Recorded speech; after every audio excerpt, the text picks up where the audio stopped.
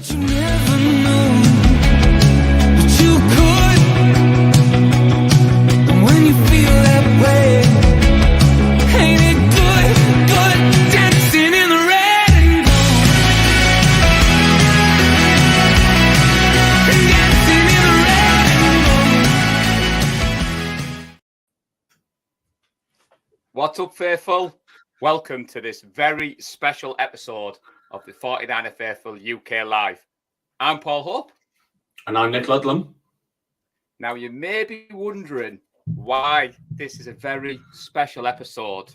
Well, everybody, for the second season in a row, your San Francisco 49ers have ended the Dallas Cowboys season in the playoffs with a playoff victory, winning 19-12 at Levi's on Sunday.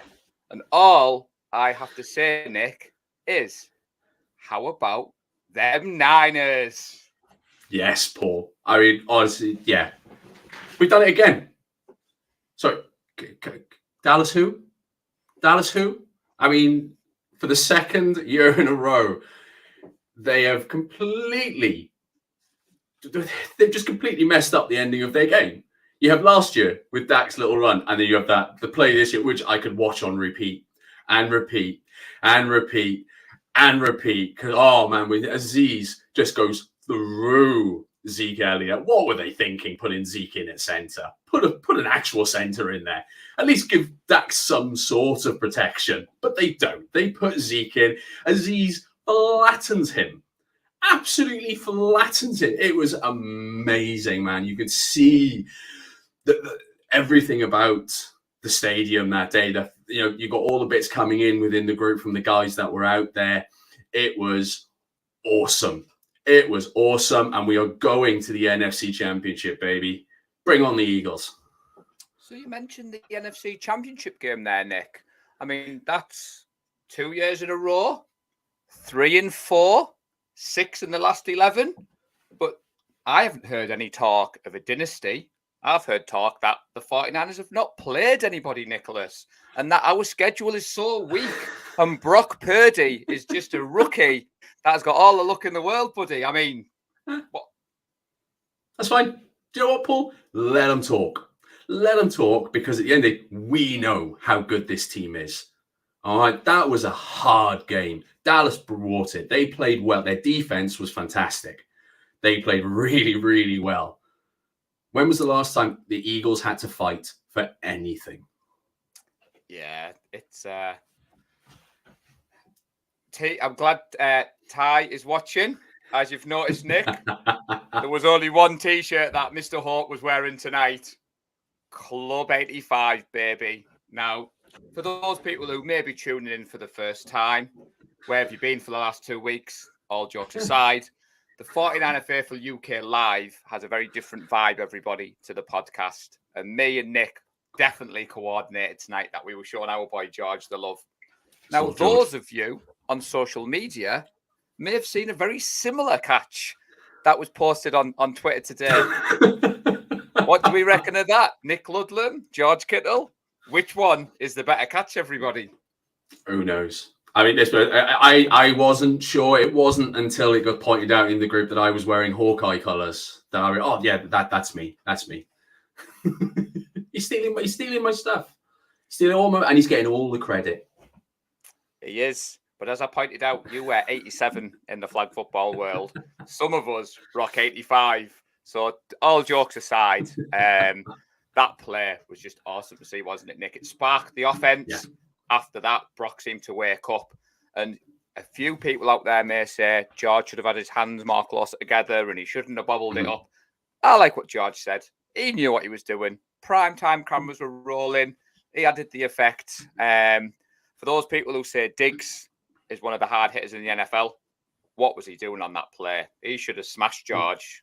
Not that George would have shied from the contact, but do you know what I mean? I just thought it was a strange decision by Diggs not to go in for that ball. I think he did. Because if you look towards, I don't think he went to give him the full force. But if you look towards the end, I actually wanted to sort of praise George's presence of mind, because he dips the shoulder a little bit just after he's got the ball. And it's just enough to avoid any big contact. And I don't think you can actually overstate how important that catch was. Because if you look at the sequence of events that follows it, I've watched it this afternoon. I've got this written down. So after that, you then get a pass over the middle to CMC, 8 yards. After that, you get a 6-yard run, first down. After that play, you get Trayvon Diggs is up in the face of Jennings, so he's rattled. This has rattled their defense. They all of a sudden they're losing their cool, and this is something that we didn't see from the Dallas D up until this point. Following that, you then get a run from CMC again, another 8 yards. Mitchell runs 7 yards, first down. Diggs drops a relatively easy interception, which probably should have caught it, but it's tipped. Okay, I'll give him that. It makes it a little bit more difficult. But the fact that he's rattled helps. Well, it certainly helps us anyway. Following that, you then get 2 defensive holding plays. The first one on a 3rd down, which was going to end up being a 4th. So you get 2 first downs in a row. Then you get a really stonking angry run from Juice, who gets us within 2 yards. And then CMC punches it in. San Francisco 49ers, 7 points. We start to take over. Following that, all the Cowboys manage is 3 points. We go back on offense. We get another 3 points. And that's the last thing the Dallas Cowboys do for the rest of the game. You cannot overstate how important that catch was. It turned the game.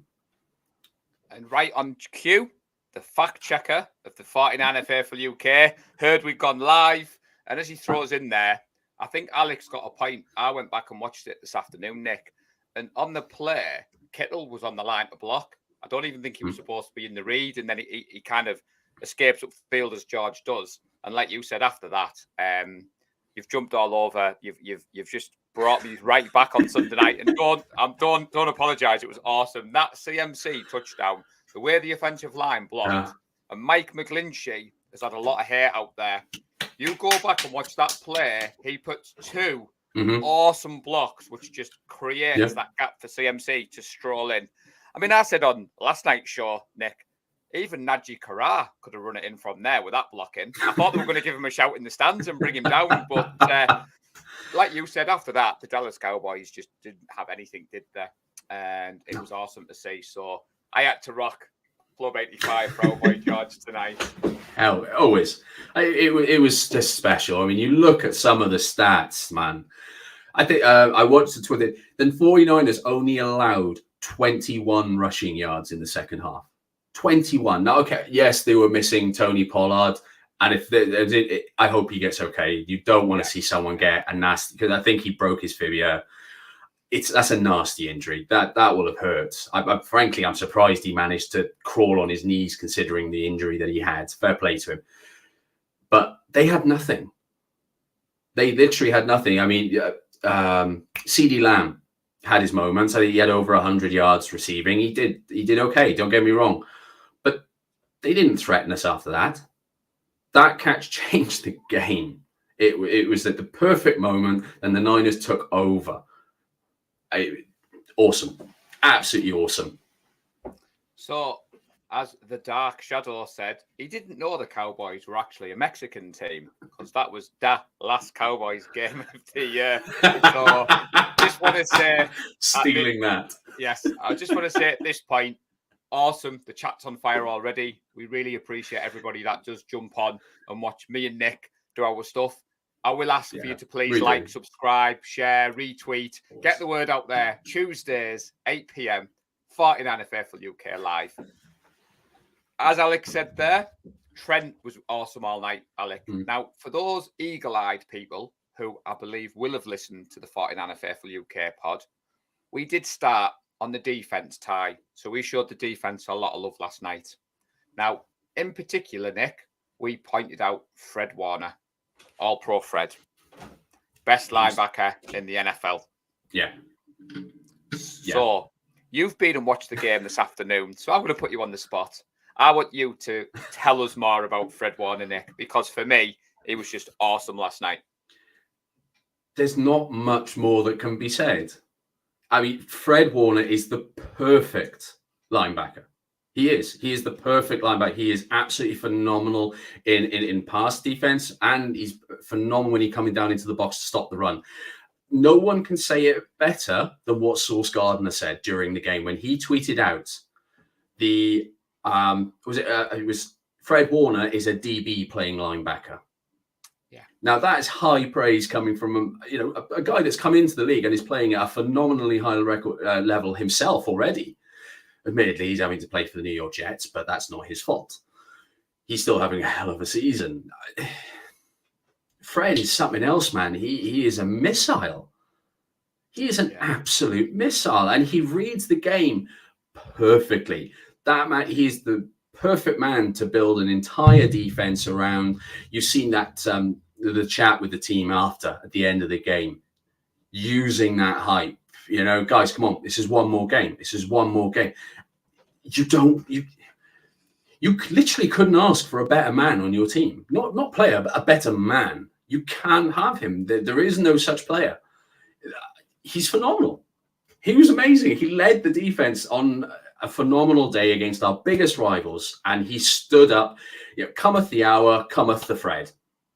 I like that. See, I was telling the chaps last night, Nicholas, about your gathering of strangers interlude last week and how I was blown away. And yet again, you've dropped another. I'll give you the George Kittle. I'll give you the Kittle, buddy. That was awesome. But before we move on, for me, Fred Warner got the stats here in front of me. You're not the only one who's done your homework. So he led all the defenders with 9 total tackles in the game, seven of them being solo tackles, as well as a tackle for loss. But like you said, he was great. I mean, that coverage you've seen where he drops back in and he takes away Lamb. And for me, every time he plays football, I mean, the jersey you've got on tonight, I was tempted to get a Fred Warner. And then I went with 85. And I'm so glad that I got 54 in the gold jersey that I rocked on the first episode of 49erFaithfulUK Live. Because for me, mate, he's just awesome. And the best thing about it is, dare we say it, he's going to get better. This is it. He's still young. He had that slightly off season when he got paid, but by anyone else's standards, he was still one of the best linebackers in the league. We were kind of hoping, we were expecting more because it's Fred. The man has gone from being, what was he, a 3rd round draft pick? And look at him. Look at him. He is the consummate defender. It doesn't matter what you ask him to do. He will do it, and he's going to do it at the top level. He can do it better than anyone. See, on the night last night, he was also targeted 5 times, and he only allowed 2 receptions for 15 yards. And that play we talk about with Lamb, what I think a lot of people forget, Nick, is it was a 3rd and 5. It was quite a decisive play. It was a 3rd down play. Mm-hmm. The Cowboys get that one, especially the fact that Dak took a shot.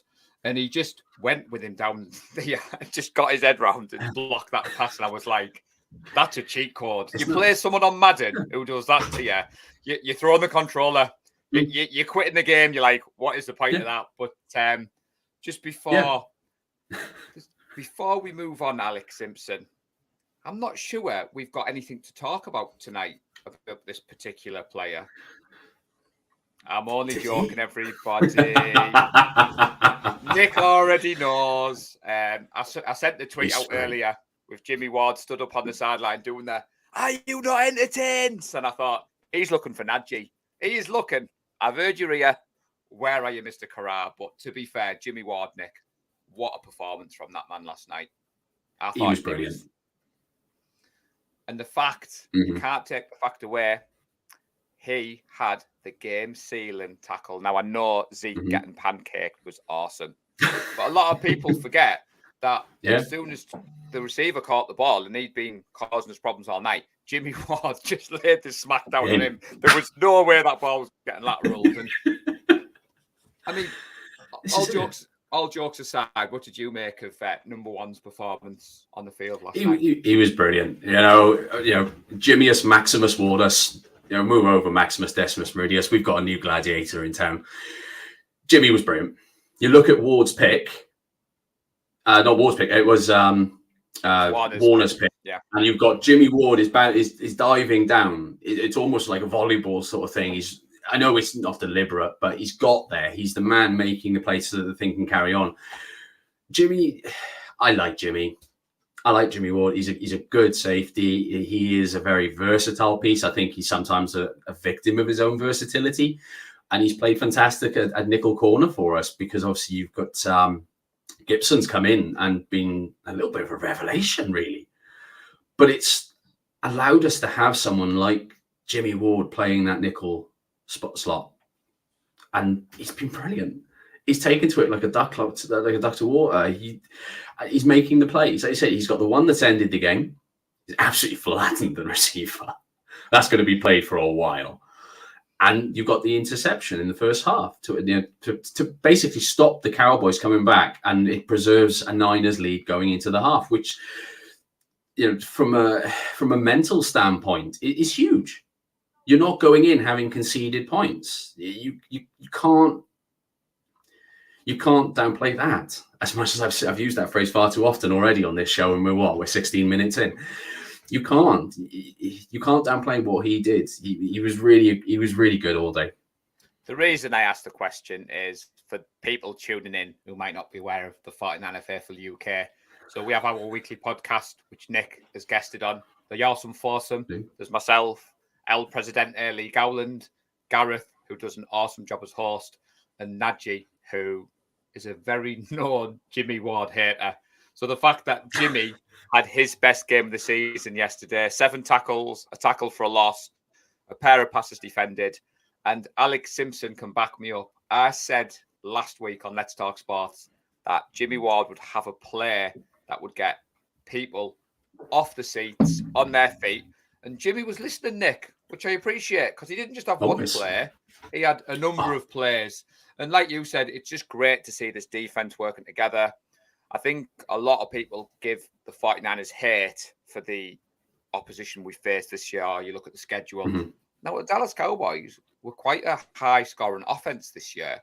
The NFC East had 3 of the last 4 teams in the NFC playoffs. Mm-hmm. So a lot of people, you can look at it one way or the other.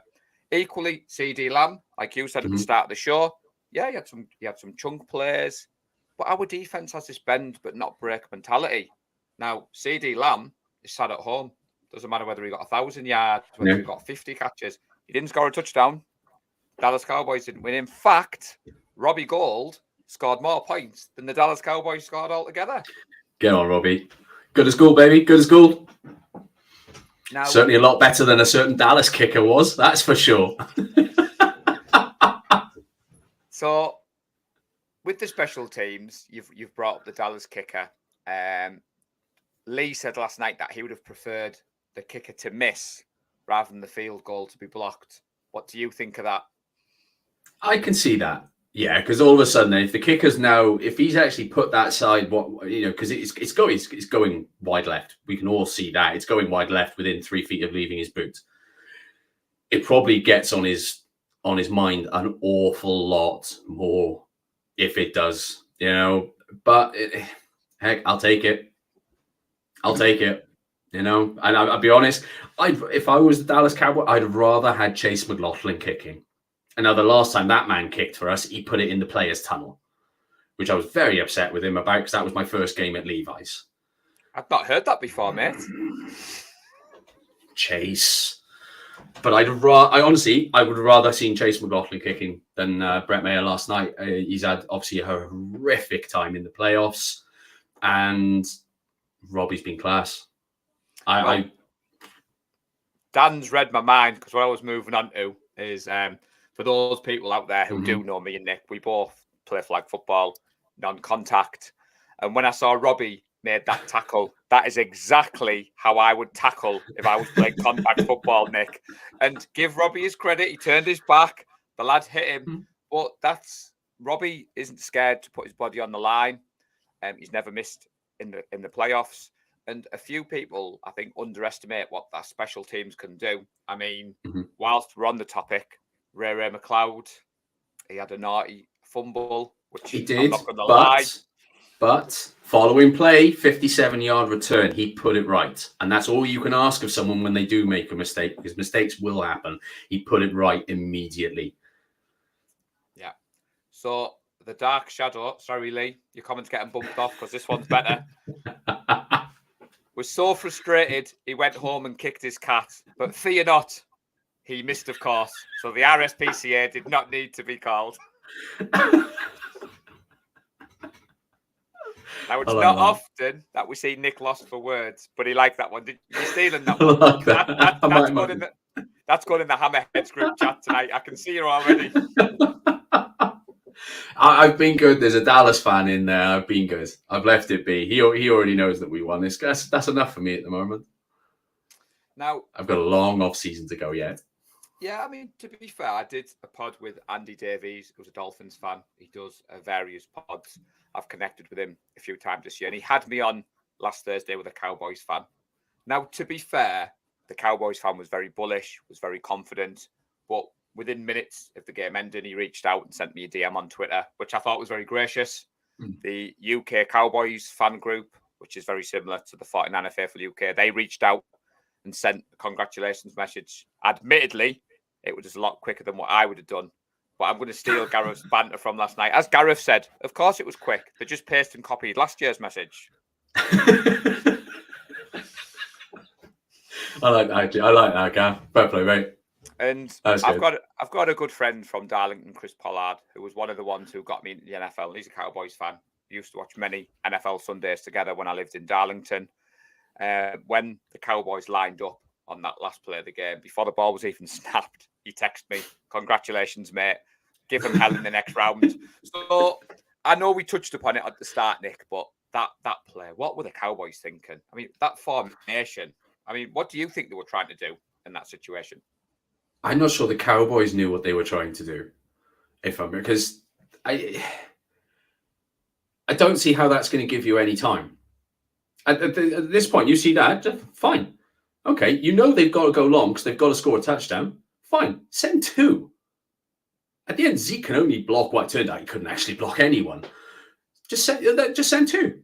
So you send one to take up the center or the running back trying to be a center, and then the other one goes after Dak. Well, that's the end of the play. You're not giving yourself any time to get that ball long. I don't see the logic in it myself. There might have been, I don't know, maybe if they'd been playing a Pop Warner side, they might have been able to get a playoff. And I don't know, but I think it was a really dumb decision. You know, was it left tackle and left guard out to the left, right tackle, right guard out to the right? Right, but you've still got to get the ball to a receiver. And well, the problem with the formation for me is even if, say, Turpin hadn't been tackled and he manages to lateral the ball back, Prescott can't throw the ball forward because he's already thrown the ball forward.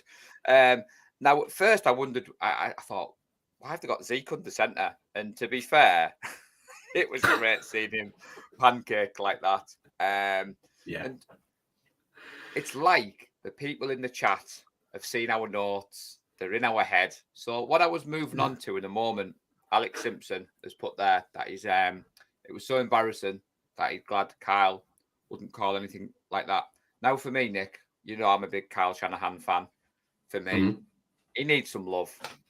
He is a special, special coach. Now, it shouldn't need to be said, but go back, cast your mind to when we lost to the Bears, we lost to the Broncos, we were 3-4. There was a few people on 49ers social media calling for a change.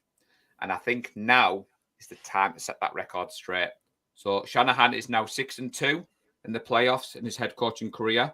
He's won multiple playoff games in each of the 3 postseason runs in the 49ers.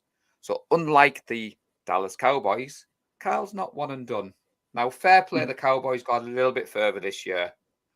And as the Cowboys fans pointed out to me, our Super Bowl drought is as long as theirs. But guess what? We have a chance of ending ours this season. You guys don't. Yeah, we ended yours. Happy days. What's your thoughts on Kyle Shanahan? Because I've been known as a Kyle fan. Do you think I'm got my red and gold rose-tinted glasses on, or do you think it's right for me to come out and say, let's give this man some love? I think it's absolutely spot on. At the end of the day, what Kyle and John have done is they've turned this team into contenders every year. They haven't sold out for one ring like another team playing in Levi South. All right, there's no selling out there. We have consistently been towards the top end. You had that COVID year, which you can't legislate for what happened with all the injuries and everything else going on. There was a huge amount of luck, and unfortunately, a lot of that luck was bad luck for us. But like you said, you got three postseason appearances. We've gone to NFC Championship games galore under them. They had to have a couple of years to try and turn that abysmal roster that was left to them. They've been fantastic. They really have. You know, if the Rams are watching, this is how you actually run a franchise. And even if you don't want to look at us because you're jealous of us, because okay, yes, you won a Super Bowl, but we are just a better team than you all around that's built to succeed year on year. Go and look at the Bengals. They were at the Super Bowl with you last year. They weren't one and done. They're not officially the worst Super Bowl champions of all time. They got back to the AFC Championship game. No, they need. Carl deserves a huge amount of credit. Social media, unfortunately, has given everyone a voice. I love it because it's connected me with the 49er fan base all over the world. It has also given people that overreact far too quickly. We were all looking at this badly at the beginning of the season. But we knew that this was a possibility. I said it on Red and Gold 24/7 that our worst case scenario is that we go into the break 4-4, which isn't horrific. It's not ideal. I didn't have us losing the games that we lost. Admittedly, I thought it might be actually pretty much the other way around, aside for the Chiefs game. But when you looked at the schedule, post bye week, the only team I really felt that we might have lost was actually the Chargers game. I thought they were the only ones that really could threaten us. And forget that, we went and beat the lot. You need patience. There's no point calling for the head coach to be fired 8 weeks into a season. It doesn't do anyone any good. Look at the team. Before Carl and John, you had 2 head coaches, one and dones. It doesn't do you any good. You need continuity. You need people behind the wheel that know what's going on. And Kyle knows what's going on. John knows what's going on. They've built an epic team. You look at the coaches that are coming through, not just the players, the coaches that are coming through and are now head coaches and coordinators elsewhere. You got Ran Carthon's just gone and got the GM job at the Tennessee Titans. They also wanted to speak to Adam Peters. He turned them down. Our coaches are year on year. Our coaches are wanted. Neil, there you go. Neil, Brian Greasy, easily one of the most important additions. But it was Carl that goes out and gets him. They mainly got him to speak to Trey. But a coaching team is headed by the head coach. He's the one that's giving them the direction. He's the one that says, right, well, this is what I want to do. And now obviously you're going to break out into your various rooms and you're going to speak to your players in your position groups. He's the one leading it all. He is the one that has led this team repeatedly back to the biggest games. And this is where the San Francisco 49ers should be. We are the biggest franchise in the NFL. We should be competing for the biggest prize in the NFL. We should be going to the playoffs. We should be going for NFC Championship games. We should be looking at Super Bowls. And it's all down to John and Kyle.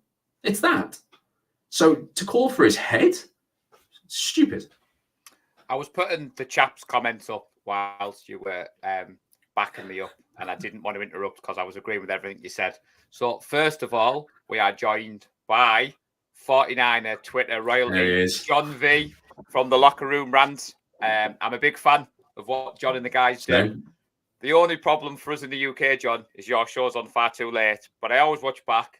I always have a chuckle, and I cannot wait tomorrow, John, to find out what you think of the games. So everybody, if you follow me on social media, you'll see that I share the link out, and I'm honoured that John has checked out the show. Me and Nick have both done shows with John, and as I've said previously, he is probably the most passionate 49ers fan that you'll ever care to meet. I just worry for his heart rate during games. He needs to take the Apple Watch off. I don't wear mine, John. I take it off. So anytime you want to join us, me and Nick would love to have you on. It's great that you're obviously showing us some support. Now, the 49er Faithful UK just know what we're thinking. And this is why I wanted to lead in with the Kyle Shanahan, because we said it a couple of weeks ago, Nick, the turnaround. I think he's had 14 different coaches in different positions. And the knock on Kyle was, at this time last year, he needed someone more experienced. And as Colin has said, the hiring of Lynn has been a great asset. And you'd hope that Kyle has leaned on that. Neil Graham, what everyone is thinking, Brian Greasy has been a masterful hiring. That much so, I've seen the murmurings on social media that Harbaugh is sniffing around taking him to Michigan. And I'm like, keep your hands off. I do not want to lose our quarterback coach. So John V has said that Nick is working. Tony's sick. So John V is on his own tonight. Oh. If it wasn't on at 2, 3, 4 o'clock in the morning, John, I would stay up. But as you can see by my new setup, I'm upstairs now. I've got my own little pod station. It's a school night over here in the UK, so there's no way I'll get clearance to go on late. I will be watching back tomorrow. Now, moving on, I'm trying to think. Chain of thought, Nick. What else can we talk about from this awesome game? Because first of all, I will answer my own question. As 49ers fans, we're allowed to be excited. This team is exciting. This offense is exciting. This defense is exciting. So for me, I'm beaming. I'm not quite at Eagles mode yet. I'm enjoying beating the Cowboys. Yeah. I've had some fun on the 49erFaithfulUK Twitter account. So are you on the same page as me? Are you enjoying this? Beat the Cowboys and then worry about the Eagles later on in the week? Yeah, pretty much. I mean, we're not GMs. We're not coaches. We're fans. We're fans of the 49ers. We should enjoy wins like this. They don't. All right, they've been nearly happening almost every year. But not everyone's that lucky, and you never know when it's going to end. So you should enjoy it. You know, get out, man. We'll worry about next week in a few days' time. You know, it is what it is. We know it's coming.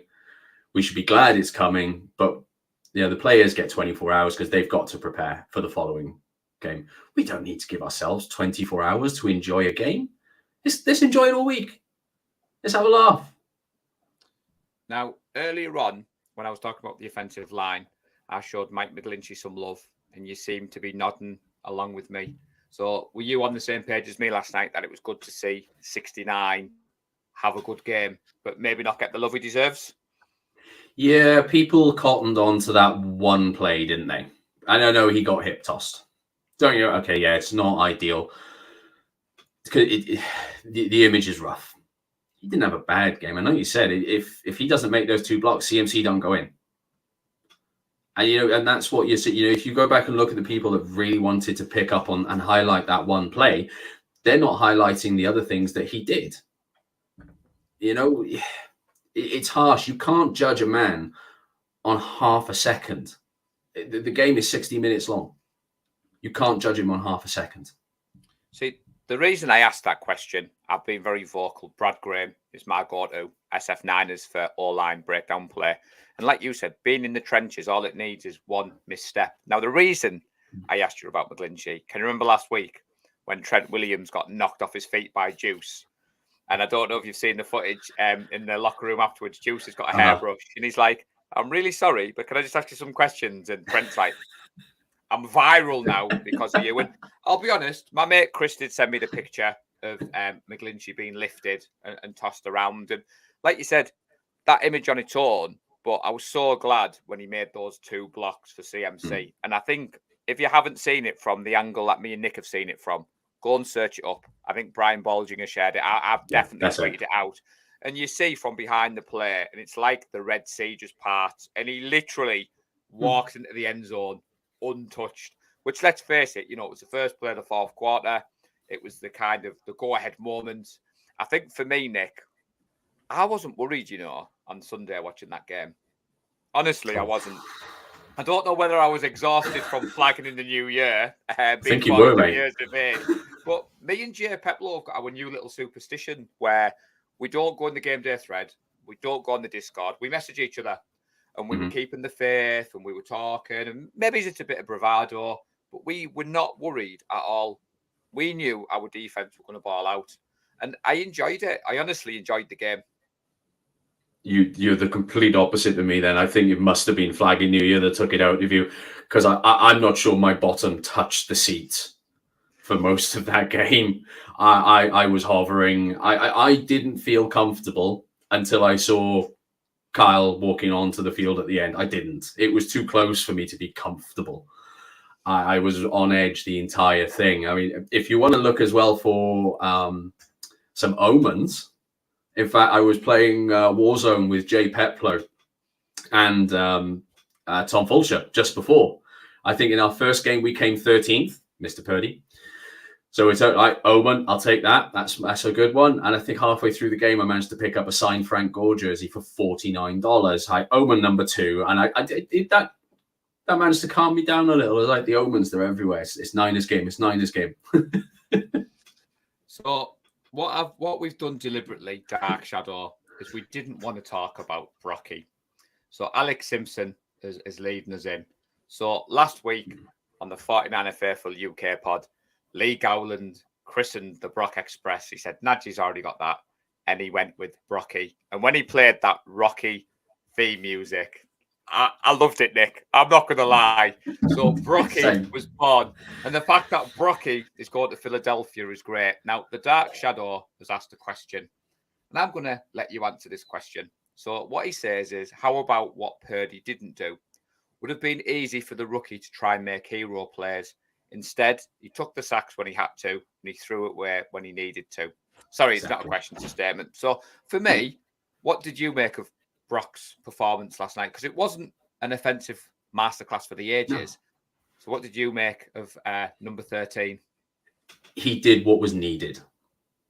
Like Dark Shadow said, he got rid of it when he had to get rid of it. Yes, he had to take a few sacks. You're looking against a really good defense in the Cowboys. They had a good defensive line. This was going to happen. There is no team that hates the San Francisco 49ers more than the Dallas Cowboys.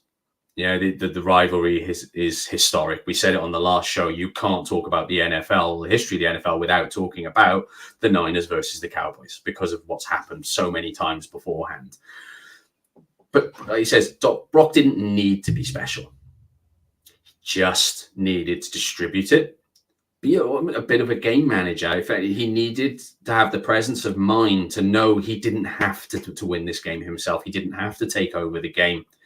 It was that defensive slugfest. All he had to know was to hit the right audibles, distribute it to the right players, and he did make some beautiful catches. There wasn't just the one to Kittle. He made that a fantastic throw to Jennings just at the half. You know, it was third down, and that pass to Jennings is what put us in position to get that another 3 points just before the half and crack on. You know, exactly, Dan. Spot on. Brock equals composed. That's all he needed to be. Once again, we're going to be talking. It'll be the same narrative going into next week. When is Brock going to fall off? I've got news. He's not going to fall off. Brock Purdy is QB1. He was going to be QB1 for a long time, I think. He is the real deal. Don't go looking for a fall off, because the only one that's falling off then is you when you have to retract it. So, as John V says there, the right side of the line, suspect to say the least, in his opinion, Brock faced the most pressure he's ever seen to date. And I believe he was only sacked once. And I think his elusiveness on the night is underlooked. And since he's come in, Brock has shown that if he needs to escape out of the pocket, he will. If he needs to throw it away. I know a few people were panicking when he was trying to get a little bit close enough for the field goal, and it was like 5 seconds on the play clock, and he looked around and he just got it out of bounds with a second to go. Yeah. But they're, for me, they're rookie growing pains. They're things that he'll know for next time. I have a few friends who are non-Niners fans who were like, oh, Brock's lucky. He's got a guardian angel on his shoulder. He could have been intercepted. And I was like, you could look at any NFL game. You could go and look at the game tape and you could say, oh, that pass could have been intercepted. That pass could have been intercepted. But for me, I'm fully on board.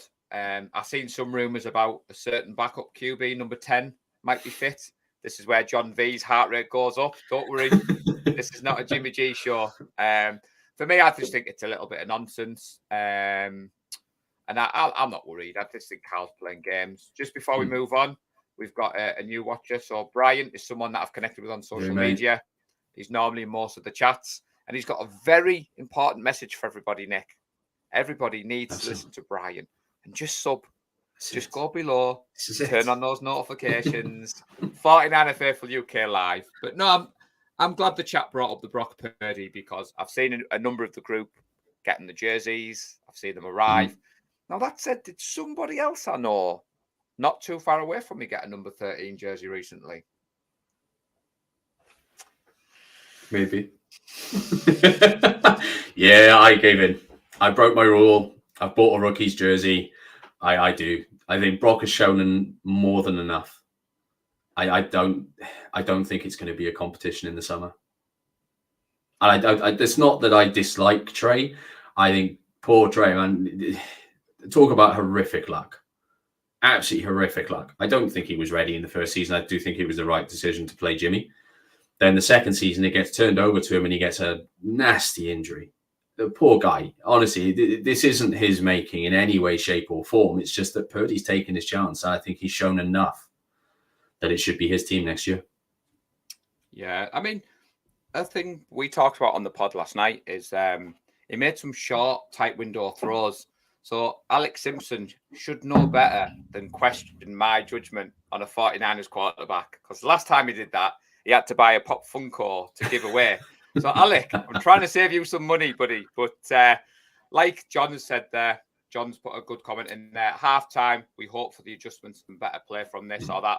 But winning versus Dallas gives us an entire week to correct this or that and adjust this or that. And I'm extremely proud. And I like that, John, because I'm beaming. The fact that I called a 13-4 season at the start, the fact that I was consistent with trust this team, trust this process. And the fact of the matter is, we're in the NFC Championship game again. Now, before we move on with the 49ers, you made a good point, which I'd overlooked. The Bengals are also back.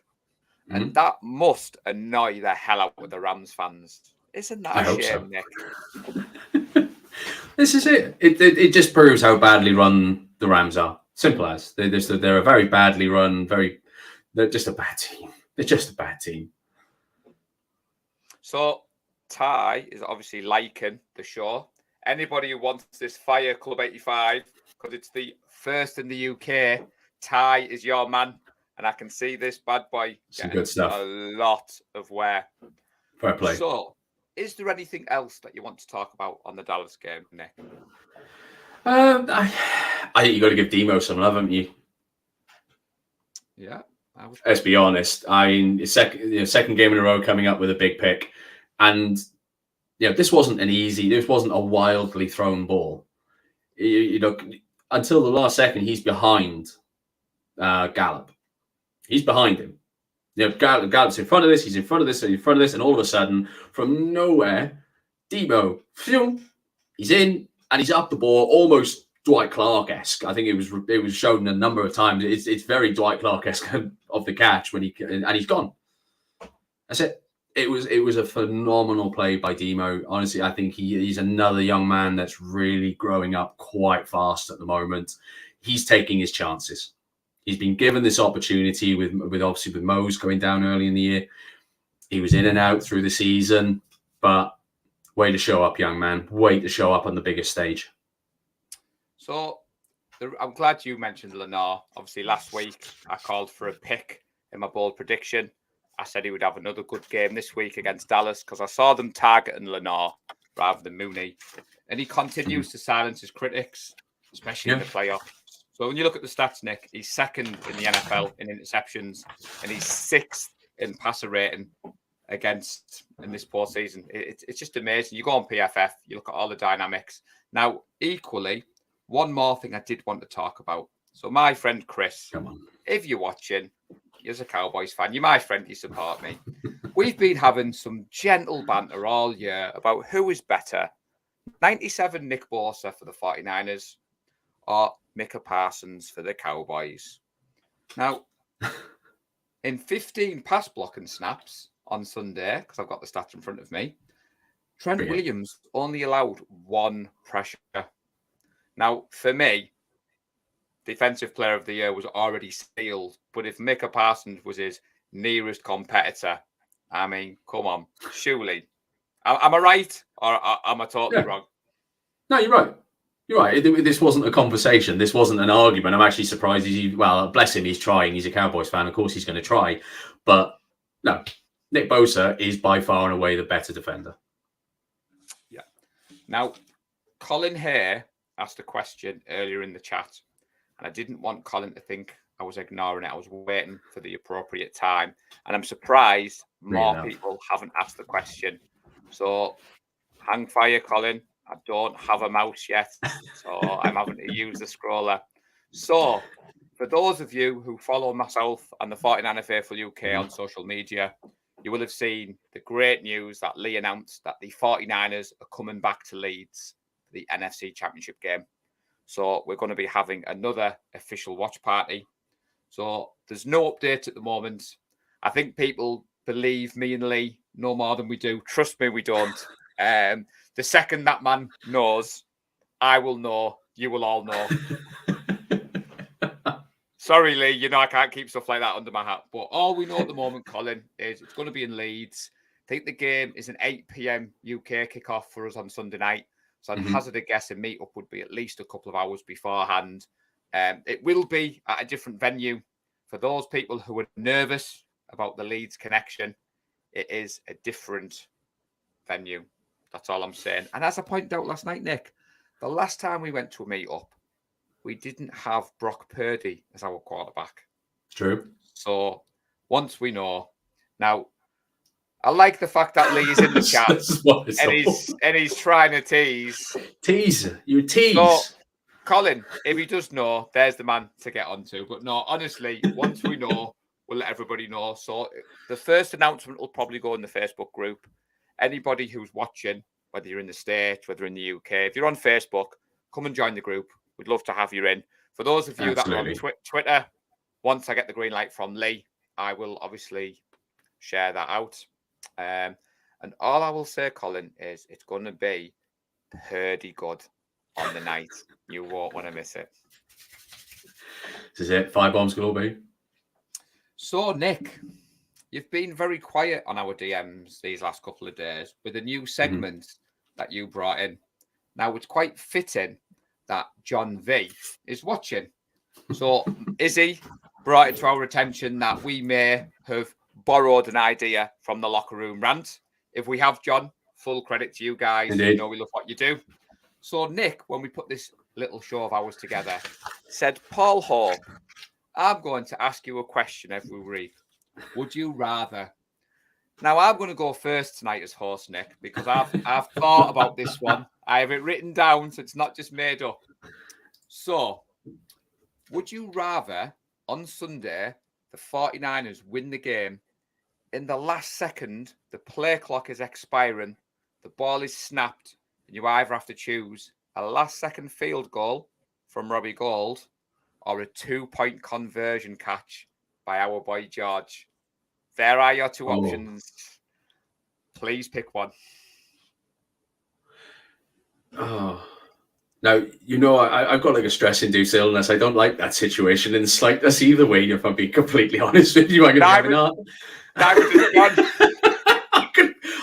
I'll be having kittens or something on my sofa. John would never live to see the Super Bowl, he said. I don't think I would, John. I'll be honest, mate. I think we'd be in a double-decker grave together. We'd save some money, I suppose. I mean, if I know what the result is, I think I'm probably taking the George 2-point conversion just because it's George. As for in the moment, I'm probably going to say I'd rather see us taking the kick in the moment. Oh God, what a horrendous situation that would be. I'd be half dead.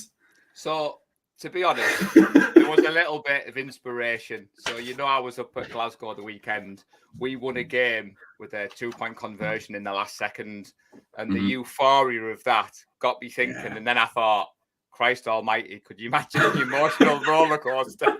The 49ers, if it came down to that. So, mate, my stress levels have gone through the roof just you saying it. Imagine actually having to live through that. The unfortunate thing is, Paul, I've had somewhat of a similar thought with mine. See, now I've gone with, would you rather a game-winning 99-yard pick six or a game-winning 99-yard drive?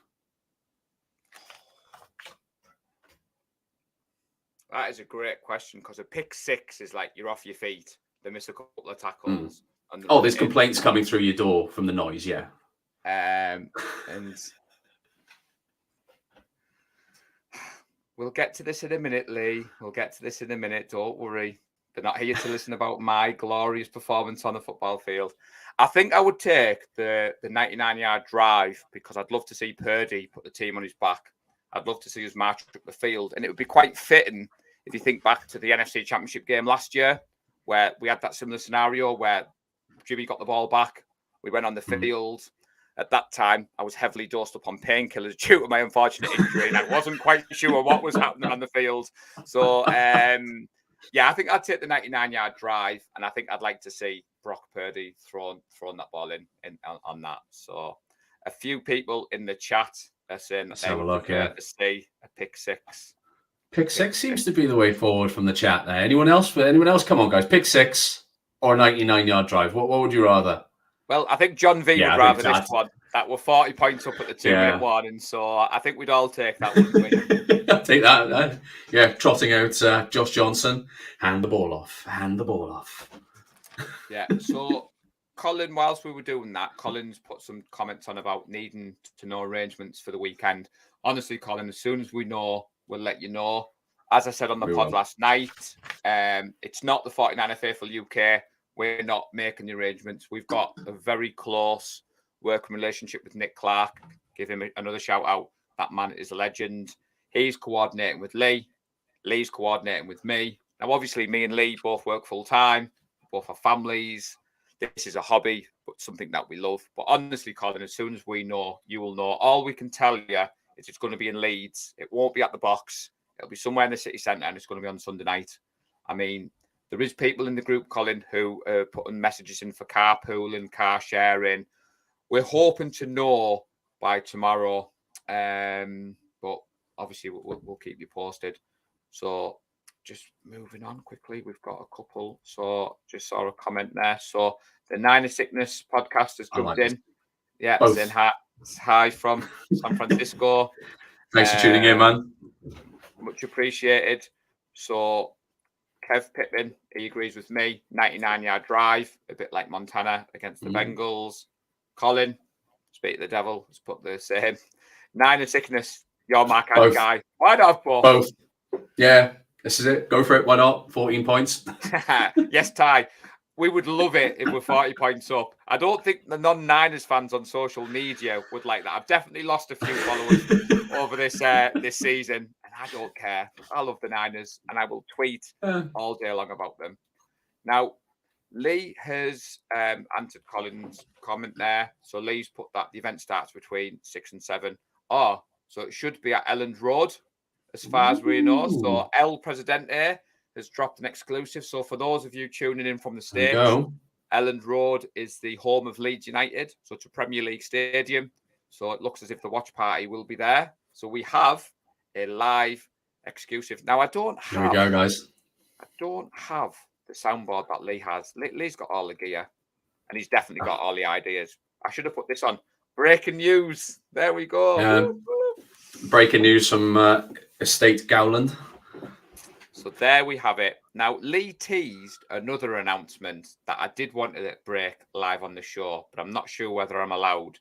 So we might have about 10 or 15 minutes more. So if he gives me permission, I will break that. But John V has brought us nicely on our next segment.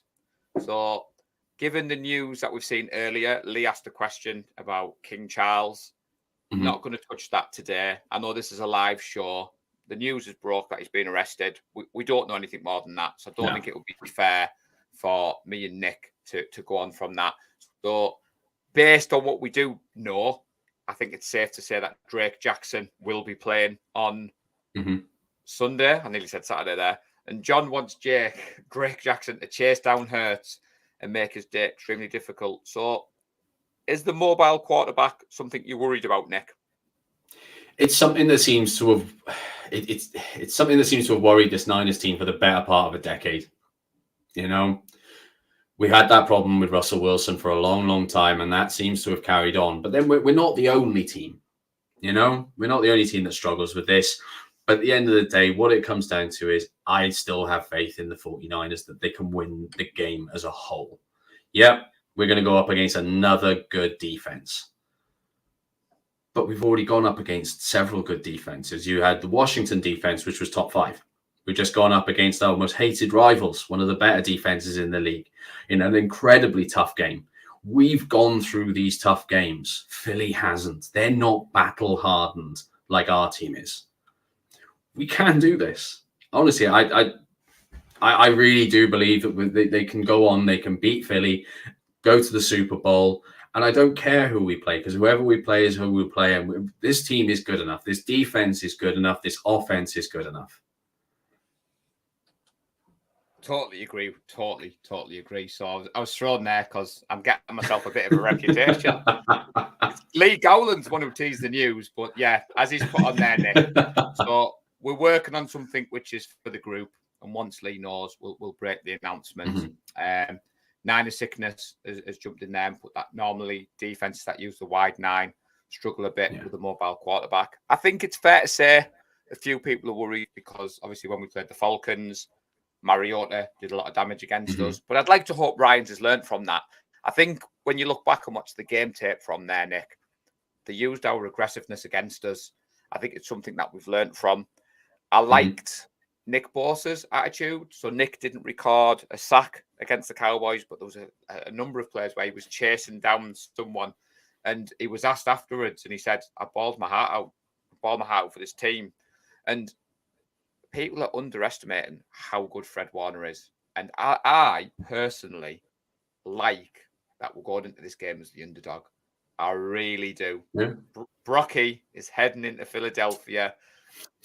We're going to be wearing those white jerseys. And honestly, I haven't watched a lot of the Eagles at the moment, admittedly. I've seen bits and pieces. Hang on. Get it out, mate. Go on, get it up. Yeah. I've seen bits and pieces, but I am going to, after tonight, my preparation. So again, I'm a bit of a superstitious fellow, which John V will probably like to hear.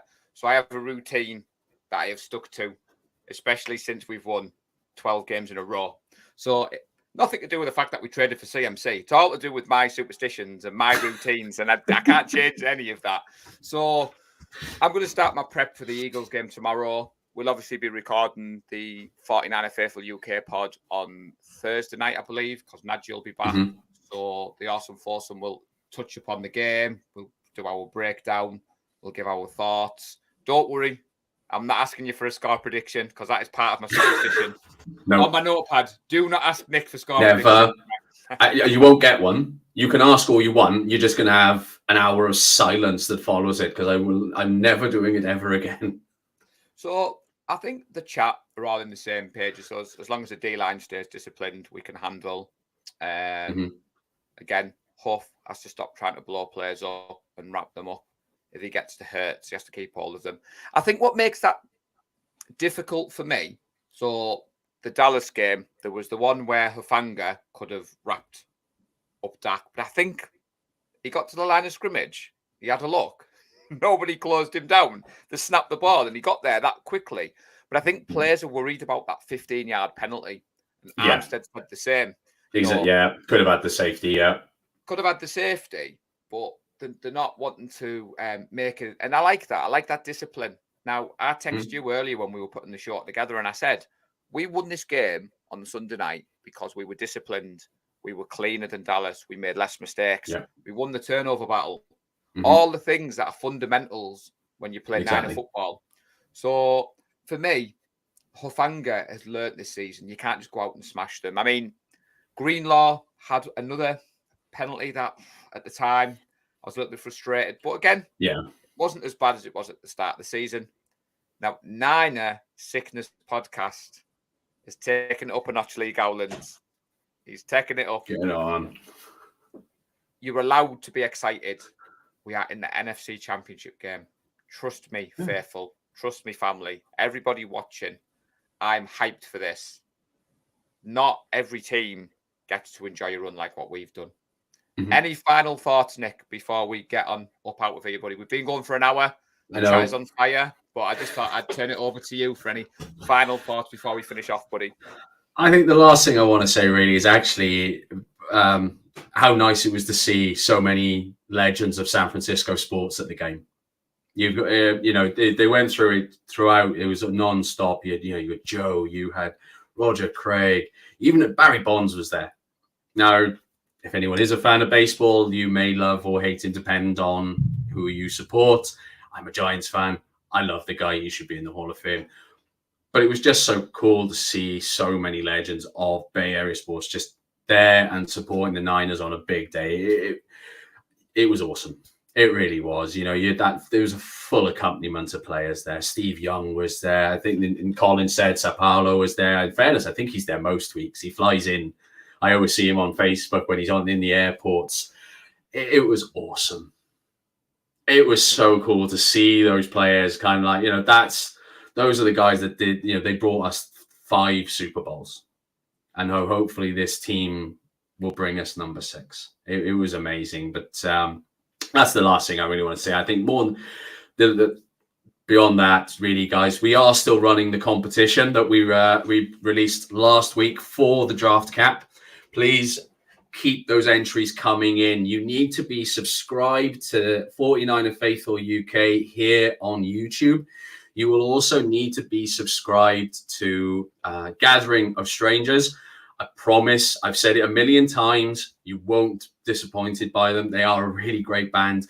Please take quick screenshots of both subs, send it to either myself or Paul or 49er Faithful UK, and we will get you in that draw because we're going to run that next week when hopefully Paul and I will still be beaming with smiles. So I have the list at the moment, and there's only 17 people on my list. Now, I expect to see a lot more than 17 people. Let's get it up. Let's get it up, guys. Come on. We need to show the band the love. If you're not following them on social media, you'll have seen the team has shown them the love. So the 49ers kitted them out with some swag at the weekend, which they posted on their Instagram. I did send a cheeky message just saying, if there was any spare, please show us this way. Now, they did, Nick, show me and you the love. So the band showed our awesome intro video put together by Lee Gowland. And it was, I woke up and I checked my phone. And I was like, they've put us in their Instagram story. So just want to say thank you to everybody in the chat for joining us. It's been absolutely awesome. Cheers for the kind words, Simon. Brilliant chat. Really enjoyed it. Even the Nick Potter Appreciation Society was watching. So to be fair, like we've said, this is week 3. The show, we've gone with a different dynamic for the podcast. We love the pods. Nick has been part of the podcast team, but we wanted to bring something similar to what you see with Ty and John V and Wayne Breezy. So we're glad that everybody's tuned in. Before we finish off, I need to see that photograph of Ash Purdy wearing a Niners jersey. So for those people watching, Nick's good friend, Ash, his flag QB, was also the QB for Team GB. I actually met him in person at the weekend, and what a guy. Absolute legend. He's an absolute baller on the pitch. And his new nickname is Ash Purdy. That's what my team nicknamed him. And we need to see that lad in a Niners jersey. So you better make that happen, Mr. Ludlham. It's happening Sunday. It's happening Sunday. The problem is Ash is like 5'6" and I'm 6 foot tall, and I was 19 stone a year ago. So I think I might make him wear one of my jerseys from a year ago that fitted back then. I just need the footage, buddy. So don't forget to like and subscribe.